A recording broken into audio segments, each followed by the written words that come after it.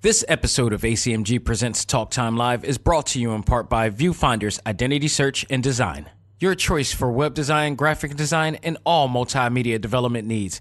Visit VFISAD.com and let us bring your vision to reality. This is Kyle Hebert, the voice of the narrator from Dragon Ball Z, and you're listening to A.C.M.G. Presents Talk Time Live. Welcome to the show to give you all the news, views, and opinions in the world of gaming. This is A.C.M.G. Presents Talk Time Live Extras Select Start with your host, Xavier Josiah. Power up and game on.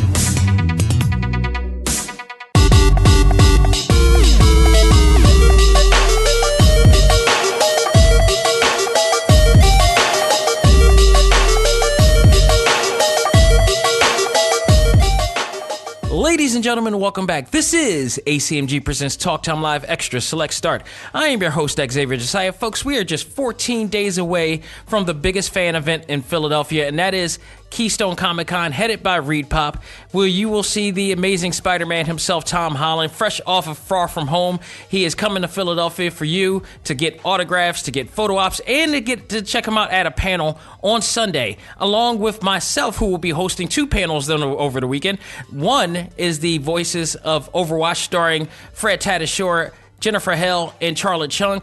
I am going to be hosting that myself. I am looking forward to moderating that. It's going to be an awesome time. I've been waiting to check those guys out for quite some time, especially Fred Tatasciore. I've said more than enough I said about that man. And I am looking forward to, being a part of that experience as well. But also, I will be hosting the Art of Street Fighter panel with the artist from Udon Entertainment. That is Long Vo, another guy who I've been looking forward to talking to for quite some time. And the Chamba, a.k.a. Jeffrey Cruz. All of that is going to be there, plus a fresh load of panels all over the place that is going to be represented at Keystone Comic-Con, and events that will be happening as well. Again, if you haven't heard the interview I had with MK Goodwin, go out of your way to check it out in our exclusive. You can go to TalkTimeLive.com to check that out, and just check everything out that's going on as far as Keystone Comic-Con as well. But guess what? We talked about this before. I mentioned this last week on Talk Time Live. As of this episode, somebody will get a chance to win the first 3-day pass to Keystone Comic-Con. So if you didn't get a chance to head over to Keystone Comic-Con to get your badge yet, you may have a chance on this show, because this will be the first episode to do that. And why? Because this week will not be an episode of the Prime show, and that is due to the fact that we're still celebrating my wedding anniversary, which was on the 6th, and I decided that I am going to take a break, which I normally do, and I forgot about that. I was going to absolutely do a show, but me and my wife got plans, so we're going to take a break, deservingly so, and I'm going to come back. But that means you guys get a chance to win a 3-day pass to Keystone Comic-Con on this very episode. So get ready. Sometime throughout this episode, maybe in about a few minutes, maybe now, who knows, I'm going to just bust out with a question. You guys are going to absolutely go and email me at info@vfisad.com, and then you will present the answer, and the first person to give me the correct answer to this question will be contacted with instructions on how they can get their 3-day pass to Keystone Comic-Con. So get ready. That question will be coming up very soon in this episode, so hang on there. And don't think it's going to be that easy. It's not going to be that easy, but it's not going to be that hard either. So I just needed to be challenging enough for you to actually put in the work to get the answer that is needed here. So remember that you have to have your actual name, not your online name, not your game tag name, the name that is on your state ID or driver's license on the email that you send me below the answer that you provide me. So make sure, if you don't know the rules, if you go on to, you could go into last week's episode to check out the rules of that. You can also go, if you're on a Keystone Comic-Con Facebook group page, you could check it out there. If you're on the A.C.M.G. Facebook page, you could definitely see it there. All of the rule states on there. So be sure to make sure that you have everything that I require in order to be qualified to win the 3-day pass. You only have 3 chances to win. So if you don't win this week, you got 2 more chances afterwards for our next episode next week and the following leading into Keystone Comic-Con. So don't worry if you don't win it, but, do it, give it your best, and good luck to that. So, all right, let's get into some gaming news. And unfortunately, we got to go into a little bit of politics here because, as you guys unfortunately know, and my heart's thoughts and prayers go out to all of the victims of the recent mass shootings. And it's amazing that we got to talk about this, and not only in this platform, but just the fact that we got to talk about this, period. It's just insanely, it's grotesque. It's insane. Like, we have to stop this. We have to change these laws. We have to change everything that's around. And I don't want to get too deep into it because I can go rant like everybody else has gone on a rant, like on social media, about this situation. Who gives a damn about this country and the people who lives in it? That is not a part of the NRA, and it's just such a sad. But as you guys may know, some of you may know, some of you may not, but you're gonna know right now, especially if you're a gamer, you need to know this because our beloved president Donald Trump has been blaming video games. Just one of many politicians and people in office that has blamed video games for any sorts of violence that is going on in this world. I'm sorry, not in this world, but in this country. And as we all know, every time somebody does this, it's just a cop-out. It's a scapegoat for the real situation. In his case, it's his advocacy for guns and assault weapons. And it's the most irresponsible, unethical thing, immoral thing I ever seen, especially when he just beats around the bush with that. If you guys remember, a lot of you young kids don't remember, your millennials may not remember this, but way back when Mortal Kombat first came out, Midway came out with Mortal Kombat, and Ed Boon and John Tobias created that revolutionary game, for that matter. It blew up a firestorm at the time because we didn't have anything that violent or gratuitous at that time. They pushed the envelope back then, and there was a guy named Joe Lieberman who was trying to run for office, and he utilized the violence of video games as his campaign. And a lot of times politicians will start looking for clickbait, or what is probably because was clickbait back in the day, or something that was to target a situation that will bring attention to their campaign, even if they didn't mean it, or they didn't really like advocate towards it. It was enough for them to bring awareness to make people aware of their campaign.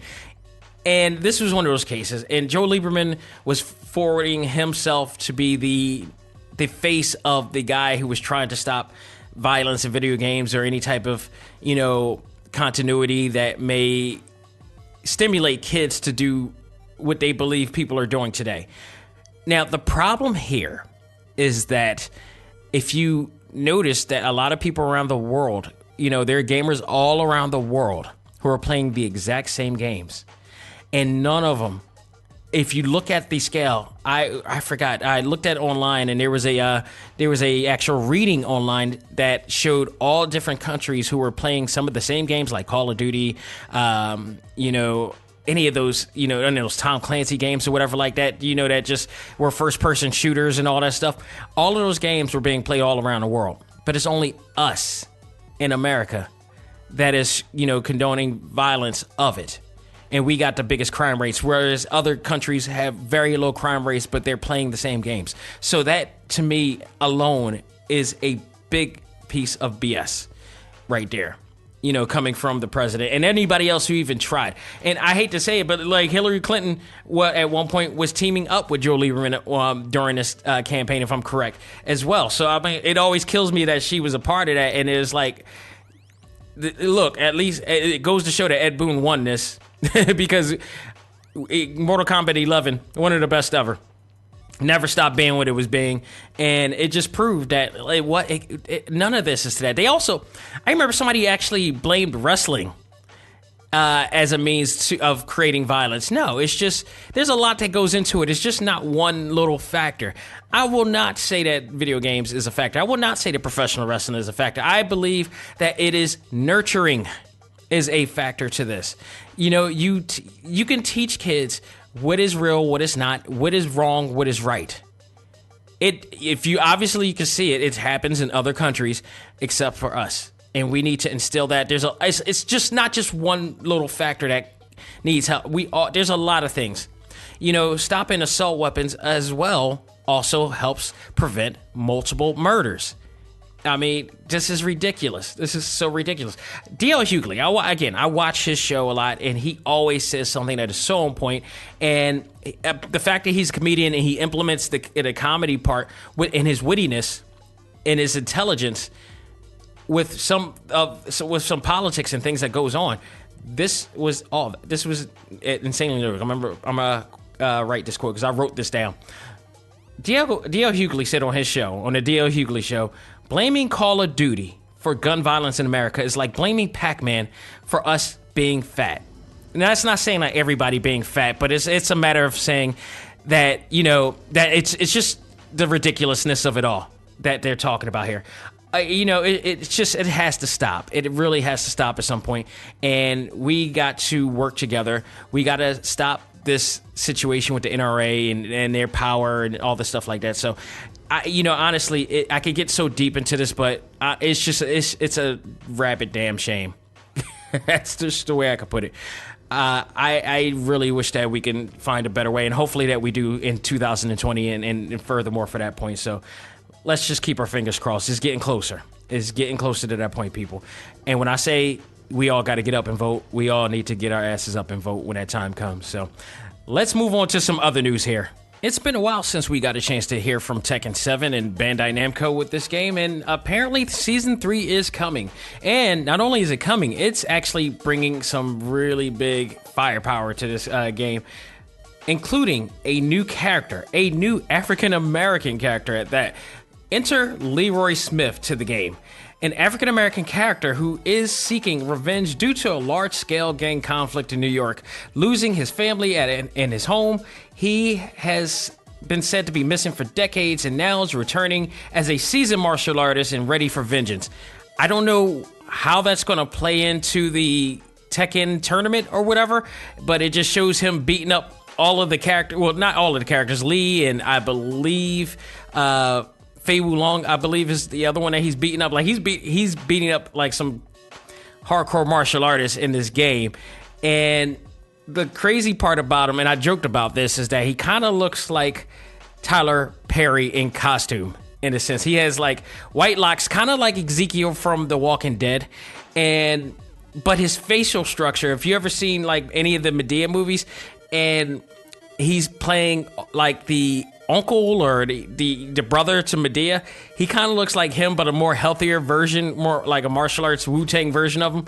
It's pretty hilarious, but he does look very badass, and I see there is a lot of excitement online about him. I'm looking forward to it. Kind of have like a Boondocks Bushido Brown type of vibe to him. Is really kind of funny, but awesome at the same time.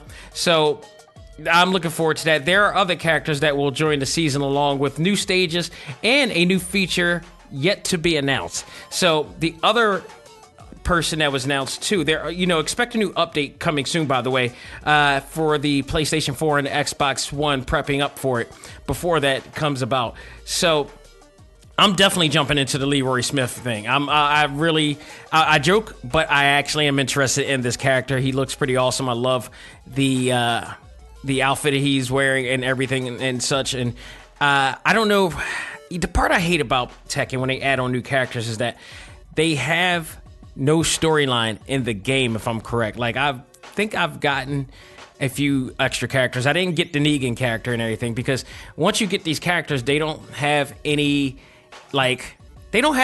real purpose. Like, I will compare this to Mortal Kombat 11 or Injustice. If you get Injustice, remember when they got the Turtles and they all came in and all other characters and such, they were added into the universe. They got endings, they got story development, within the universe. So they were felt like they were a part of it. But in Tekken 7, and I believe Soul Calibur as well, they're just there.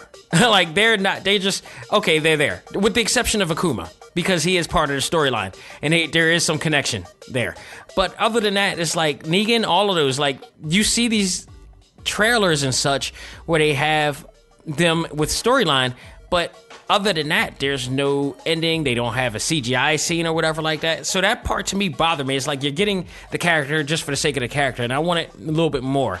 And I like what NetherRealm does. They give, like, when we get Spawn and when we get, what is it, Nightwolf and Sindel and all of them, they're going to have storyline aspect to it. They're going to be a part of it, just like Shang Tsung was a part of it. He has his own ending and purpose or whatever. So I wish they would do a little bit more to it, but the fact is he is coming in. Hopefully, if they do a Tekken 7, they'll add him on as well. But the problem is that Tekken 7 is going to be a whole new game when that comes out. So I'm really interested in what they're going to do with this character moving on, because the Mishima Corporation will no longer be there. So that means Kazuya will be gone. Heihachi will be gone. Maybe Jin will still be around. I'm not sure. We'll see when that time comes. And I don't expect a Tekken 8 until maybe when the new gen systems come in. So I don't expect it anytime soon. However, returning also to Tekken 7 is Safina. She was the semi-boss character from Tekken 6, with the very special limber body that gave her the, like, Valdo from Soul Calibur ability to perform crazy moves.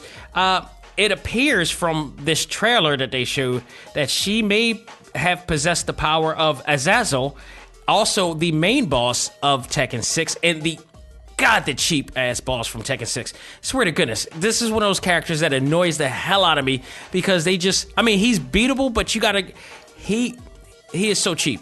Like, he's just overpowered. They need to nerf that character down even back then. But somehow I managed to beat him as well. He annoyed me so much. There's some characters, like even in Tekken 7, there's the boss character with the damn tiger. Hate that tiger. That tiger is the most annoying tiger since the dog from Duck Hunt. Just annoys the hell out of me right there. So that's coming out soon. Expect that to come out soon, and they will reveal the other. So they revealed 2 characters so far. They haven't revealed the feature or the other 2 characters or whatever. As far as the feature, I am dead serious about this. My hopes that this new feature, because myself and other people have been clamoring for this, I really hope that they brought back Tekken Bowl, which is one of my favorite mini games of theirs too. I need them to come out with Tekken Force. I think that will be absolutely awesome. If they do Tekken Force, I will absolutely invest in the entire season. If that means I'm getting Tekken Force, because that's what I've been looking for since the beginning. And they said that they were actually going to do it. So I don't know if this is the means for it, but I don't know what other feature they're going to actually do. And if it's something really crappy, I'm going to be highly disappointed and upset by that. So not only is Bandai Namco working on Tekken, but also I'm about to let it go. Soul Calibur is going to be having a new season. Season 2 is coming. They already revealed 2 of the characters now. Cassandra was one of them, but the second character was extremely surprising and revealing, and it is none other than Hamaru from Samurai Showdown. Let me tell you how big of a deal that is. Soul Calibur and Samurai Showdown, they have some bit of a parallel type of similarity to the game. Samurai Showdown was the first 2D weapon-based game that they ever had. Soul Calibur arguably kind of was the first was like the first kind of 2D 3D full weapons based game. I know like Toshinden was also a weapon based game. It was a mix between weapon based and that, so you could kind of give the nod to them as well. But I can tell you Toshinden was the very first game. Toshinden 2 was the very first game to have a actual character with a gun in there, and that changed the whole entire thing. Now you see a lot of characters with them as well, which to me is still ridiculous. It's like, come on, it's supposed to be martial arts. Now you got to do just blowing people away with a gun. Come on. So Hamaru will be on this game. They haven't announced any more people other than that, so I am very interested in seeing who else they're going to bring into this game as well. Maybe more, or maybe another character from another game aspect. I mean, now you got The Witcher. You got the Hunter from The Witcher in there as well. Now you got Humaru. I think Humaru's even bigger deal than I wish they would have brought him in first instead of The Witcher. I've never played The Witcher or read the novels or anything, so I'm not really a fan of him. But I felt like Humaru for Soul Calibur is as significant as Akuma for Tekken. It's that thing because they have rivaling similarities in this case. So I think that's awesome. I think that's absolutely awesome to see Humaru versus all the other characters, especially I forgot the samurai character of Soul Calibur. Now that I actually know that Humaru is going to be on here, but to see those two going to be clashing, that's going to be really cool. Again, it would be really nice if they would have some type of a story element for that character, especially to interact with all of the other characters in the game. So we'll see. We'll see about that.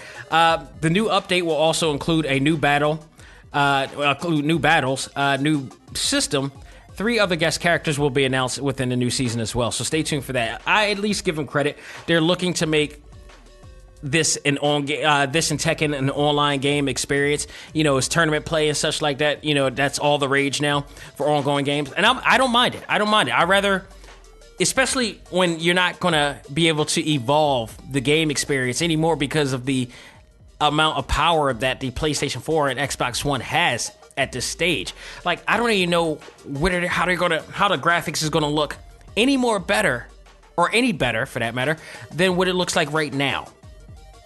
So ongoing games is probably the best way to go, giving it a whole new experience and such, like Street Fighter did. We had Street Fighter 5, and now we got Street Fighter Arcade, and at least to their credit, they may have given you a patch, but it's like a whole different experience of a game that you're getting out of this, as opposed to what you got from the original game, and it was just like extra characters. So no, you're getting a whole new game. People need to remember that. They gave a full amount of game experience with that, and it looks like they're doing the same thing with these two. So what I would love to have a whole entire ongoing game experience is WWE 2K.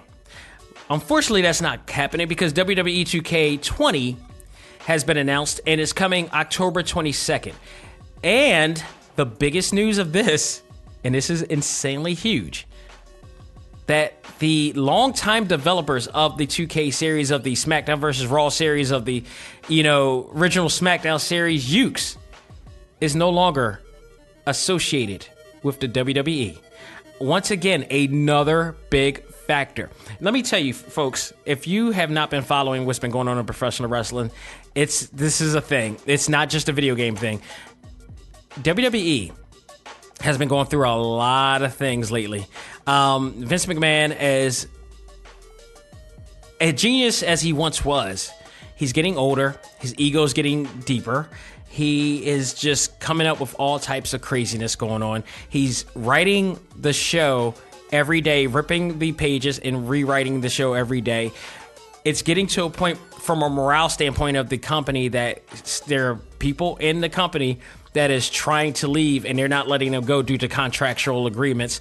They're trying everything they can to leave this place to go to now other places like New Japan Pro Wrestling, the newly promoted AEW Wrestling, All Elite Wrestling, which has been killing it for quite some time. Ring of Honor, all types of other places to go to now. There's options now, and the WWE is not here. Added to that, you got WWE, who's now working with Saudi Arabia, which is a huge, huge controversy with a lot of fans that are not feeling it right now. And they have been losing ratings. They have been losing sales. They have been losing a lot of things as a result. And now they're losing their company, the company that made them in the video game world. This is huge because what people don't understand, there was only 2 major successful companies that were making wrestling games. One was YUKES. The other one was Aki. Aki technically no longer exists. At least not from this standpoint, not from this format. And that Aki engine was legendary in the world of gaming, especially for wrestling fans. it's no longer around. It no longer exists. For some reason, nobody has decided to want to buy that engine and modify it and modernize it for this day and age. It was an amazing engine that they had for this for a wrestling simulator. Ukes took a while, but eventually they couldn't compete with Aki at the time. But once Aki left, they eventually started developing better games and learning from their mistakes and doing more. And as of last year's game, as much as I hated to admit it, was actually pretty good in comparison to 2018 when they had it and they made a Switch version of it. And I was hoping that they would have the ability to do so again, and I don't really think that's happening right now. You're wondering who's going to be taking over this or who has taken over this. I was told by someone in the A.C.M.G Facebook group that some of the people involved in a company called Visual Concepts, which also was a part of another company that was responsible for the Xbox failed wrestling game Raw 2, which many said did not live to expectations. The gameplay sucked. There was a lot of issues in that game, and it also resulted in, I believe, some of the WWE releasing all of the development company for that game because of the failed sales that it had and the complications that it had. They're now going to be working on this game. Color me worried. Color me not buying this game until I look. There's a scene in X3 that I always love.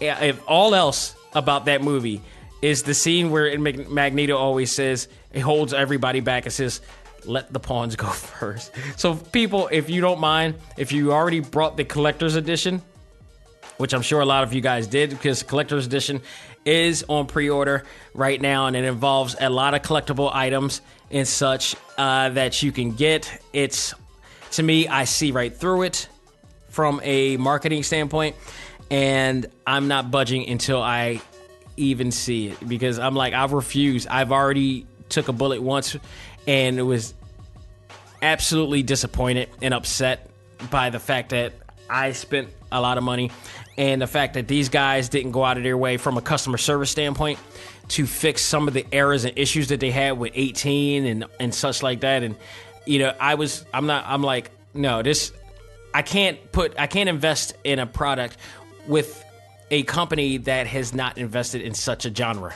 This is a very special genre, a very intricate genre, and I'm a little bit worried about it. So I will wait until I hear something first before I want to jump on and give my opinion. If I even see enough people giving it some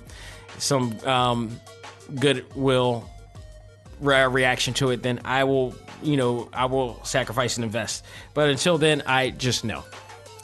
In the meantime, I am wondering what the hell is Ukes going to be doing now? Because if you guys remember a while back, Ukes did say that they were actually going to be working on a brand new wrestling game to rival WWE. At the time, I believe the president or vice president or whatever, she said that she actually said that they were going to still work with WWE while doing this. And they wouldn't mind working at both. Now, I don't know if that was just her, working through PR situations and, not announcing that they were parting ways with the company. But she did state that, the staff there has been unmotivated to keep developing the game for WWE for quite some time. What's funny? It's the same that when she spoke about that in an interview, she said the same thing that a lot of people, a lot of fans in wrestling or watching WWE were feeling. These guys are not motivated anymore. Like, I stopped watching WWE television with the exception of NXT. That's it. But the Raw and SmackDown, I don't watch anymore because I'm tired of having my intelligence be insulted. And I just stopped watching until they actually get their stuff together or Vince McMahon leaves or whatever like that, and they, have a different, creative control over there. I'm not messing with it. I value my time, and I value, the continuity that I watch. So I decided not to watch it. I think these guys had the same thing. Here's the thing. AEW needs a game. They have an extraordinary amount of talent. They have one of their executive vice presidents who actually is a avid pro gamer. I see this as a no-brainer. I see Tony Khan jumping at this immediately. I'm sure he's as huge of a wrestling fan as he is. I know, and by the way, Tony Khan is the founder of All Elite Wrestling, by the way. I'm sure he has to be jumping at the bits. He's been a wrestling fan for quite some time. He knows everything about the business. He studied it hard. He studied it along with everything as far as the numbers, all that stuff. And I would not be surprised if he's already talked to Ukes already. If that happens, man, I feel bad for 2K Games. They're going to lose some money if this happens. They're going to lose some. Either way, I think even if Ukes come out with a game that's just totally independent, I think they're going to lose money for this game, because I see they already have the tools to make a very good game. They have it. They just have it. So I am looking forward to seeing what's going to happen with that as well. Ew, the wrestling business, it's a deep business, man. It's getting hot now. So other big news, and probably the last news that I have before we go to our final stage reviews. We got 3 of them, by the way. This week we're going to talk DC Universe Online for the Nintendo Switch. We're also going to talk Kill la Kill If, and lastly, in dedication to one of my guests of the Art of Street Fighter panel, we're going to review Fantasy Strike, which includes artwork and illustrations from the one and only Longvo of Udon Entertainment. So all that's coming in a few minutes in our final stage review. So stay tuned for that. But the last bit of news that I have here involves Dragon Ball FighterZ.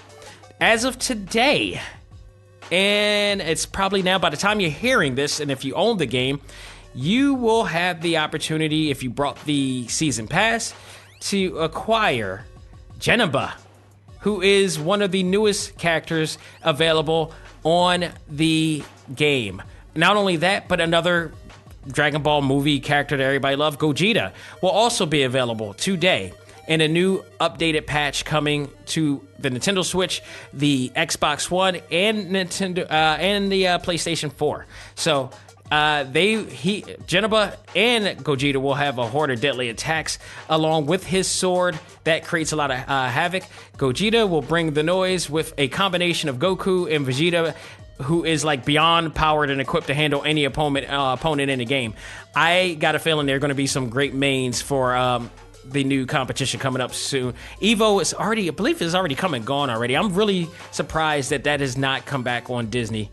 And I don't know if that has anything to do with the fact that Overwatch is officially on Disney XD as well as ABC. But I was really disappointed and sad because I really wanted to see the Evo competition. I hate watching it on Twitch or whatever like that. Just the fact that it was on Disney was a big deal. And now the Overwatch League is a big deal on there. Evo is a time-honored, one of the original esports out there. So I hope that they can find a way to get back on TV. I don't even know if they were playing at the Mandalay Bay Arena anymore. I was just so lost about that. So, but if you own Dragon Ball FighterZ, get ready for it. It's coming today. Enjoy it. And folks, that will do it for this part of the show. We're going to take a break, come back, and have our final stage review of DC Online, Kill la Kill If, and Fantasy Strike. We'll do that right after this. Ladies and gentlemen, this is Dak Xavier Josiah, the host of A.C.M.G. Presents Talk Time Live, the podcast. You want to catch up with all of our podcast shows and hear from some of the hottest names in all of anime, comics, movies, and games, such as... This is Miley Flanagan, the voice of Naruto. This is Stephanie Shea, the voice of Sailor Moon. This is Ruben Langdon, voice of Ken Masters and Dante from Devil May Cry. Hey there, this is Kyle Hebert, the voice of Ryu from Street Fighter V. This is Chris Battle, character designer of Teen Titans Go. Here's your chance to check out all of that and more on TalkTimeLive.com. TalkTimeLive.com provides all of our ACMG content with new and previous episodes, exclusive interviews, articles, and much more. Visit TalkTimeLive.com and let us help you learn to let go, live life, and love all things ACMG. Talk Time Live.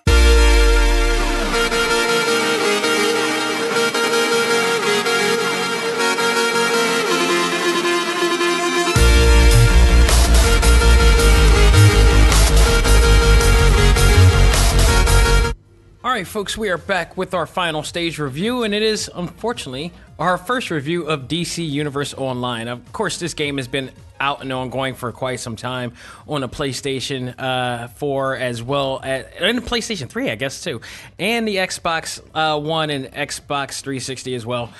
And now it is on the Nintendo Switch, and everything that you expect from the actual original games is on here, as well as the in-app purchases and all the other crap and pay for whatever, yada yada.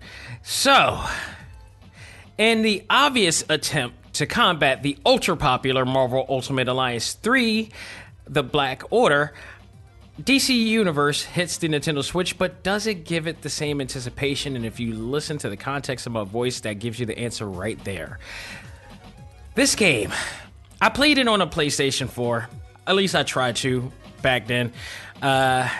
First of all, it was hard to download it. I think I played it way back before, internet companies and internet providers provided more bandwidth to allow quicker and faster download speed. So it was around even back then. And the part that always pissed me off, and I'm glad this MMO era is finally not as, stellar as it once was. And they moved on to I think what I believe is a better format with the ongoing games and, the extra DLC content, but it's not a ongoing monthly fee for it that drains your, life and pocket out of it. Like, that to me is ridiculous.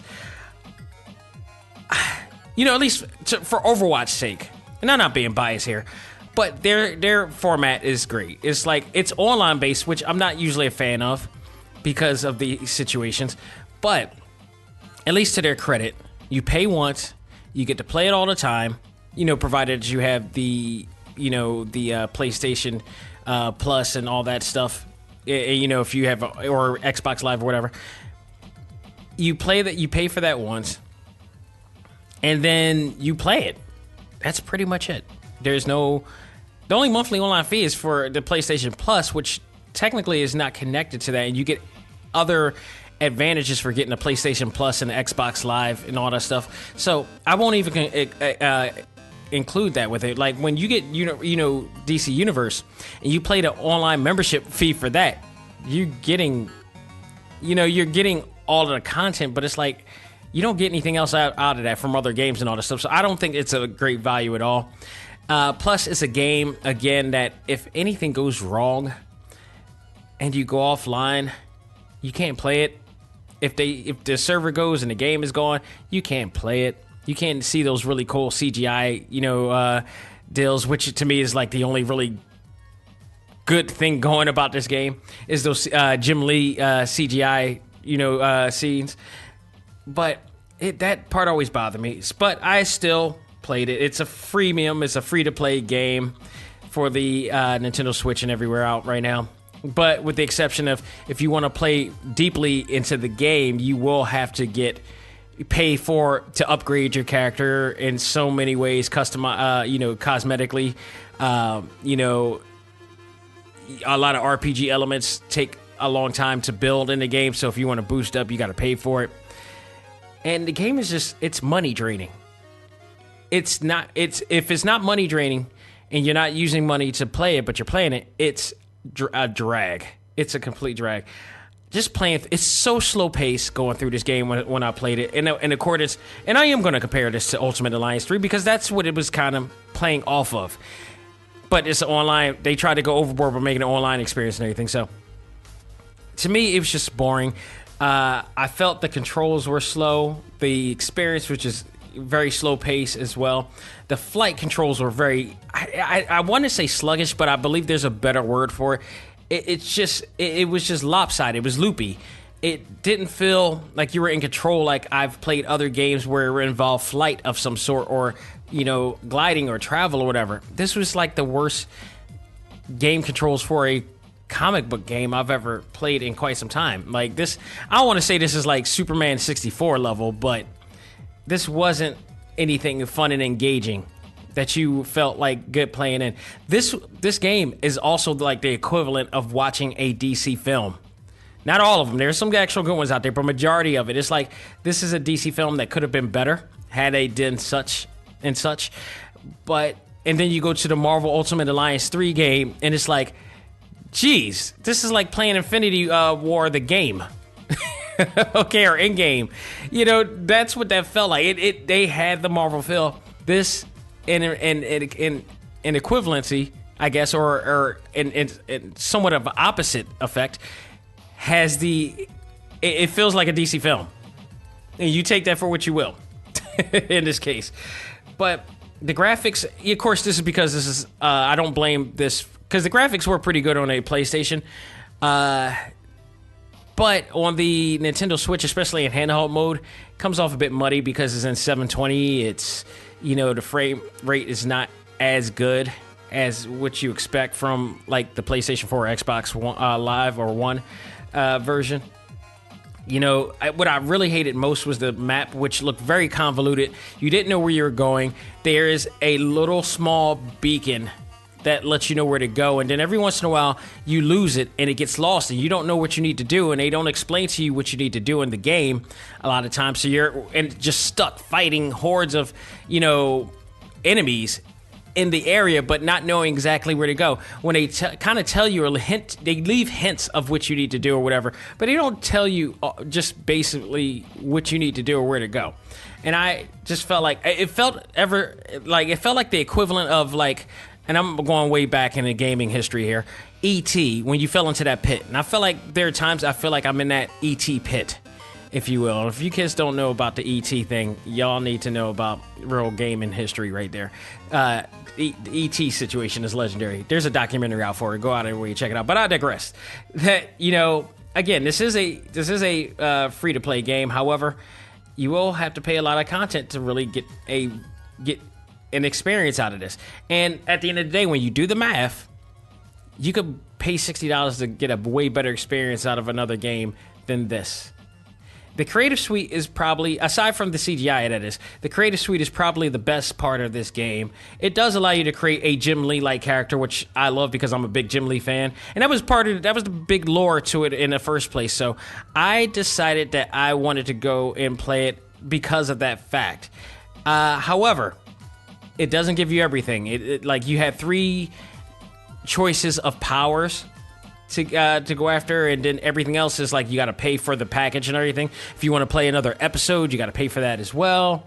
But giving the fact that the free storyline doesn't even freaking work as well, and it's very convoluted, and you wind up every which way but one.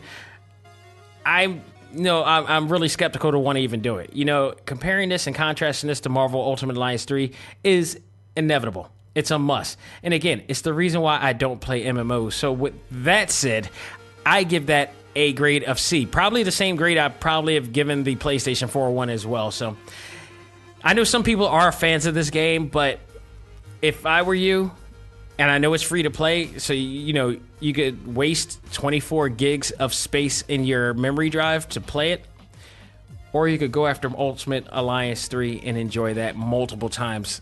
And I've played that game and beaten that game multiple times. It's a lot of fun. I think that game is much better. There are tons of other games that are better to play than this game, including my next game, which is Kill la Kill If.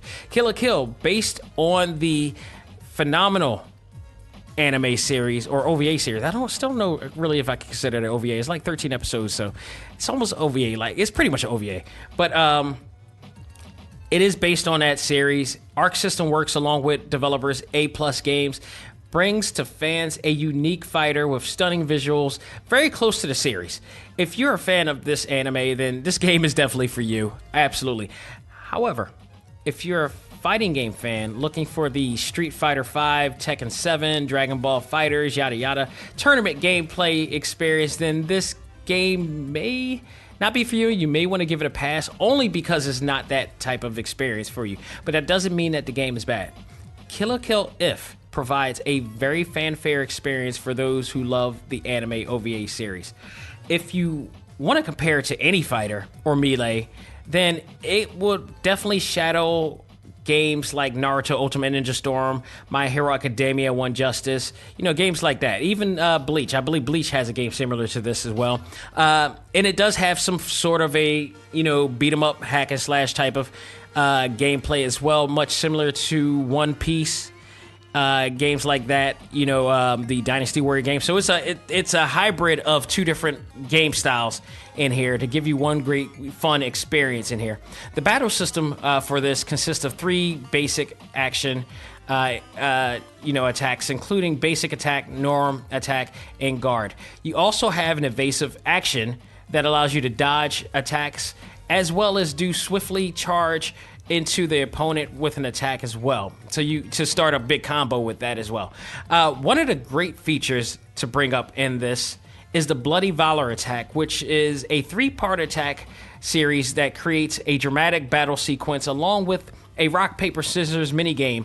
So, in other words, if you successfully execute the Bloody Valor move, and you're pretty much like, there's 3 different sections. If it's rock, paper, scissors, boom. And if you beat the first one, it goes to a second. If you beat the second one, it goes into the final one. If you beat the final one, you're treated to an epic dramatic attack scene that takes a horde of damage to your opponent's health. Now, the other thing, too, is there is a possibility that you don't win, and if you even lose once, you don't do it again. The only way you could do a Valor attack is if your health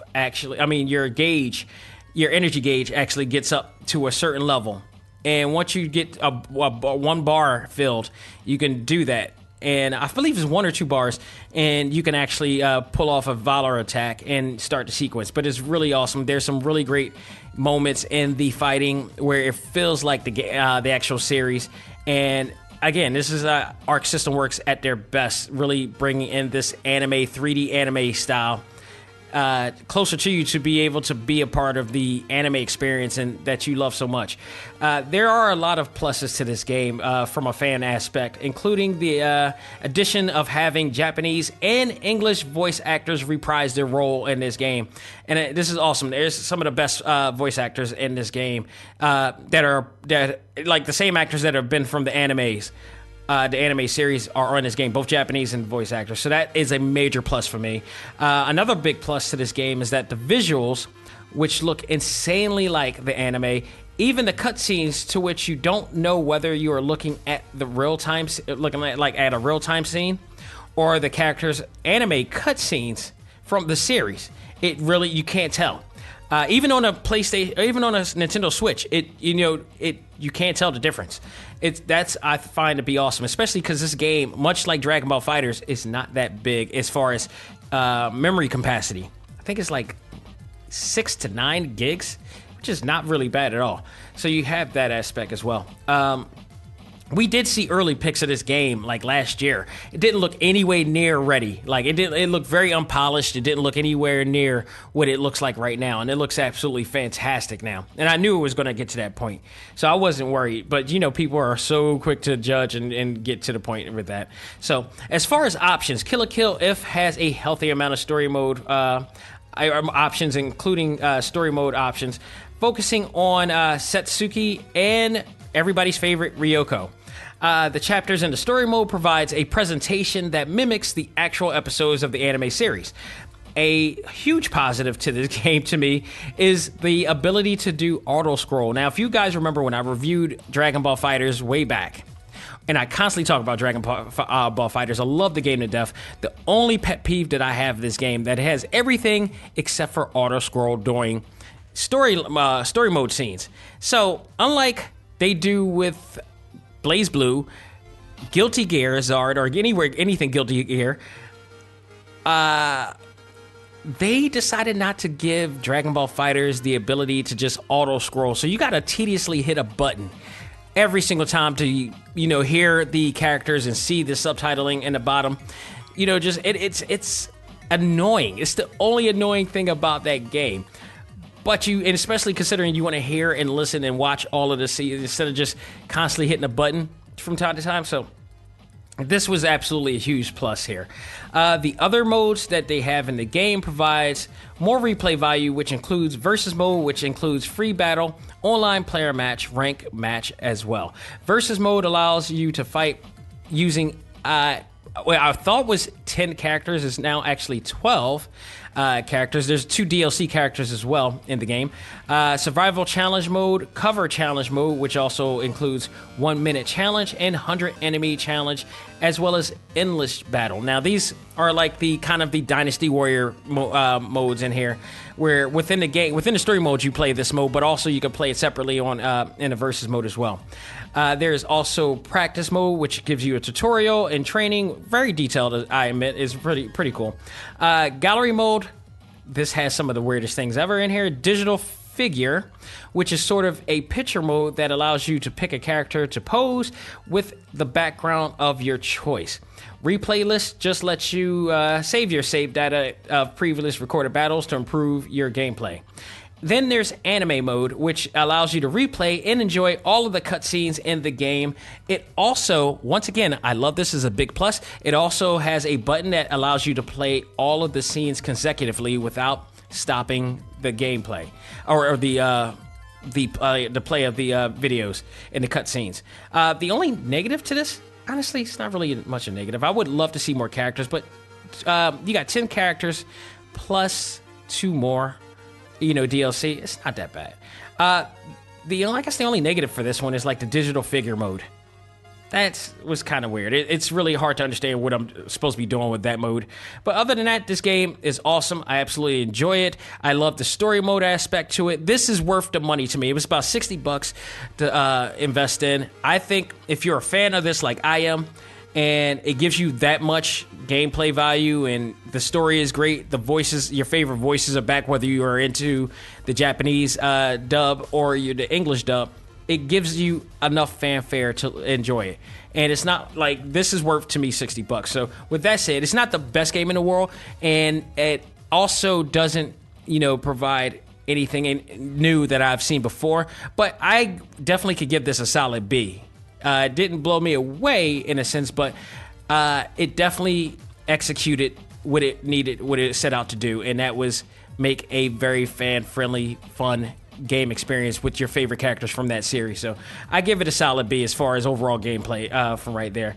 Last but not least, we're going to talk Fantasy Strike, which is a tournament-based fighter by Yumi creator SILIN Games, which also has the artwork of the one and only Udon artist Longvo, again, who you will be seeing on August 24th at the Pennsylvania Convention Center for Keystone Comic-Con. Now, why I bring that up now? Because guess what? Now is the time for the Keystone Comic-Con question of the week. The first question of this week. I'm going to do it right now. Folks, get ready, because this is going to be an interesting one. And speaking of Longvo, I'm going to segue to that. The question that I have for you to get the 3-day pass to Keystone Comic-Con, the first person to get it will have to answer this question. Name 2 popular Capcom games, not this game that he worked on. Name 2 popular Capcom games that Udon Entertainment artist Longvo worked on. If you are a fan of his work, you know what it is. If you're a fan of Capcom games, you will easily be able to find it. You can't miss it. Trust me when I tell you, you're going to kick yourself if you don't know this. But you can look online for it. You can look everywhere. I'll give it again. Name the 2 popular Capcom games that Udon Entertainment artist Longvo worked on. That is your question. The first person who emails me at info@vfisad.com, along with your legit name, your legit full name, first name and last name that is on your driver's license and state ID. Have the answer along with that information, and the first one to actually get that answer to me will get the 3-day pass, and will be announced next week online as for the winner. So good luck to you all on that, and I wish you all the best. But let's go on to Fantasy Strike. I actually owned Yumi. Excuse me. I actually owned Yumi a while back. Yumi is a really cool online card battle game, and offline as well, that I had a chance to play. It was based itself on the fighting game strategy and philosophy with this game. That's what intrigued me the most, and it was a pretty cool game. Great illustration. I didn't realize that Longvo was the one that illustrated it at the time. But he did so, and he also did so for Fantasy Strike, which is based upon the characters in that game. So the great part about this game is that it's not your normal tournament-based game. This game has been played in EVO, I believe, this year and last year. It has a very simplistic design of gameplay. The game allows you to use one-button commands to activate moves that normally fighting games would require a form of motion or combo techniques to execute. The characters in the game are based on Yumi, as I said, and it just gives it a more Street Fighter-esque appeal to it. So you have that, absolute option too. If you've seen this game, when people first saw this game, they were like, "What is this? This looks a lot like Street Fighter 5 or Street Fighter 4."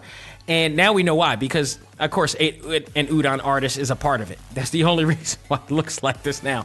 I think under anybody else it might not have looked this good, but there's a certain criteria that they might have as far as that. So it's awesome. It looks very awesome. For a game like this, an indie game like this, look this good. It's really impressive. Really, really impressive. If you think this game is as simplistic in control scheme and easy to do, you will be sadly mistaken, honestly, because this game here actually was designed with what I believe is a Taoist philosophy in mind.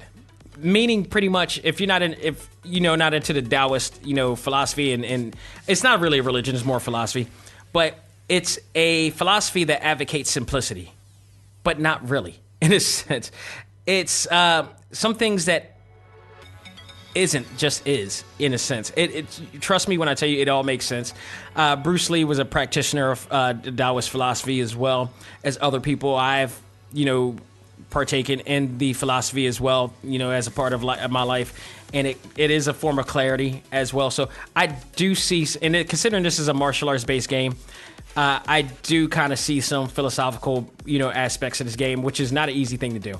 But meaning for this game perspective, it means that it's mostly simplistic. You may find some complexities in challenge in this game, despite its simplicities. So again, much like Kill la Kill, if there is some rock, paper, scissors aspect to this game, but not in the same fashion. Fantasy Strike, as what the difference is with Fantasy Strike, as each character appears to have an advantage over one or more characters' ability, making it an even ground. So one character is another character's kryptonite in this game, and you got to figure out what it is and how to utilize that, the ability within the game. So, it just depending on who you're working with, like if you play one character, the other character may have the absolute weakness to take you over. However, that doesn't mean they're going to beat you. You still have to find a way to maneuver over that challenge. Other characters may not have that same feat of challenge as well. Some of them may be a cakewalk, some of them may not. But I will tell you, you will find it very appealing and intriguing and play in the gameplay. You also have the ability to pull off a Yumi counter, which is a reversal move for throws and other moves. If pulled off properly, you will get a full super meter, which will allow you to do a super move course as well. There's air super moves and there's ground super moves as well. So depending on each person and each, even though all the characters have this the same gameplay, it doesn't play the same. So you got to figure that. You got to think of that too. Like I said, there's some simplicity to it, but there's also complexity within the simplicity. And it like I said, this is an extremely intriguing game. You could tell this game took a lot of thought and detail to create a game experience and rule set that still makes it fun and engaging and challenging at the same time. The visuals of this game model is, again, like Street Fighter 4 or 5, so you got that much to enjoy. They went all out for this. They really, really did. And for that matter, this game, for both experts and casual gamers, which characters focusing on, for expert gamers, characters focusing on zoning, rush downs, grappling, and wildcard characters. Wildcard characters are characters that are unorthodox in gameplay. I'll give you an example. There's a character named Loom who is a panda that pulls out anything in a cartoonish way from his pockets. There's also a character named DeGray who has a ghost character that assists him in battle. So these are like unorthodox, characters that you need to look out for because in some cases you never know what's going to happen. Loom can pull out a bunch of food that can re-energize your health gauge, and then all of a sudden throw out a bomb that depletes a lot of your health gauge. So you never know what's going to come out with that character. And also the funny part is that the character can be hurt by the same items, helped and hurt by the same items himself. So I thought that was funny. Lastly, Fantasy Strike pretty much also provides some great content that helps you understand the gameplay and the characters, with each character having its own video tutorial with a narrator explaining everything. So not only that, and you play through arcade mode. There's there's versus mode and arcade mode and online, modes and everything. The versus mode or the arcade mode, or what they call solo mode. So you can turn off. Like there's an event mode where it allows you to turn off the online features of it and just play solo and enjoy it as is. But if you want to play against somebody, you turn off the event mode and you can play it from there. But if you play solo mode, you can play arcade mode. And arcade mode is cool because from start to finish, you start off with an introduction CGI scene with, like I said, illustrations from Longvo and voice actors that are, portraying the roles of the characters. And then if you beat the game, you also can see the actual character endings as well. So they do have intros and endings for this game. The interesting part, and I thought this was pretty cool because this is them telling us that they just want us to have fun with this game, is that even if you're having a hard time with a character or getting through a character, you can skip that character and move on, and you will not be penalized, or there will be no penalties doing it. You just move on. And I did it once, and I wound up still getting the ending or anything, so there was no really loss for it. This game is fully just about having fun and enjoying it. And I think that's what the creator really wanted to do with this game. So overall, this game is a great pick 'em up and play title if you're on at home or on the road for a short or long time. Whether you play on easy or hard, you will have a hard time dominating this game despite its simplicity. Like, I dare even somebody on easy to say that they can get a perfect on every single stage. And there's only 6 stages in the arcade mode. I dare somebody to really, I will look online, but I have a hard time believing that somebody has completed this game all the way through on perfect using this character. If they did, they are masters of this game. But I guarantee you, even the most hardcore fighting game, fighting gamer will have a hard time getting a perfect in this game, bar none. So great voice acting, audio, and visuals, and makes it a great package. Although there are only 10 characters in this game, for the price of $29.99, it's pretty reasonable. And it does provide enough to satisfy hardcore and casual fans at best. This might not exactly be the game that'll impress hardcore fighting gamers, but especially those who prefer the technique and technical moveset and their gameplay. But I can say that there is a lot to appreciate about this game. And again, much like Kill la Kill, I give this a solid B. This is 2 games that are very much worth playing. So I definitely would say if you're just a fighting game fan, period, and just love fighting games, period, add this to your repertoire. Add Kill la Kill to your repertoire and your collection. You won't be wrong. Especially if you're a Kill la Kill fan, definitely go out of your way for that. But if you're looking for something really interesting, cool, just actually a great stress reliever is this game right here. Easy to play, pick up. Even if you go through some some struggles, you just pass that. It's really, really a philosophically calming type of fighting game. So go out of your way to check that out. It's available now on the Nintendo Switch, on the Steam, and I believe it is on the PlayStation 4 as well. So enjoy that. Folks, that will do it for this edition of A.C.M.G. Presents Talk Time Live Extra Select Start. Thank you guys so very much again. To those who are participating in the contest, contact me via email, info@v, like Victor, FISAD.com with the correct answer and your legit name on the bottom to be qualified to win. We are just 14 days away, like I said before in the beginning of this show, for the biggest event of the summer for Philadelphia. It's for a fan event for the summer. So get ready. It's coming. We're going to have a lot of fun. Get ready. The voices of Overwatch, the art of Street Fighter. I will be there for both of them. I will be there on Friday checking out some of you guys, all the A.C.M.G people that are coming to the event. I'm giving out free drink coasters with the Talk Time Live logo and a whole bunch of other fun things in there. Some of you guys saw that. So if you see me around, stop by, say hi.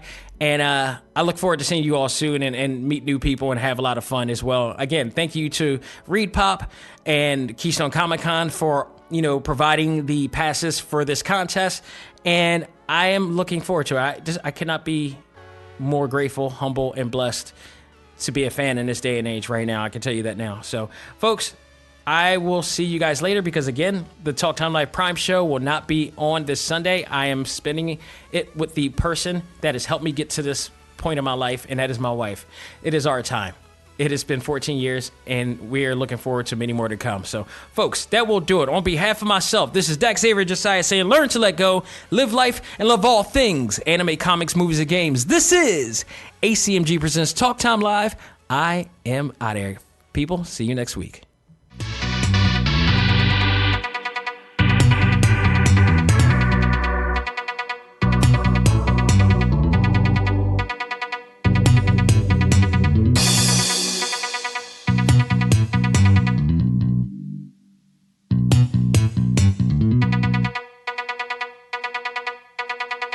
Music for this episode is provided by Game Chops. Check out these great chiptune tracks and more at music.gamechops.com.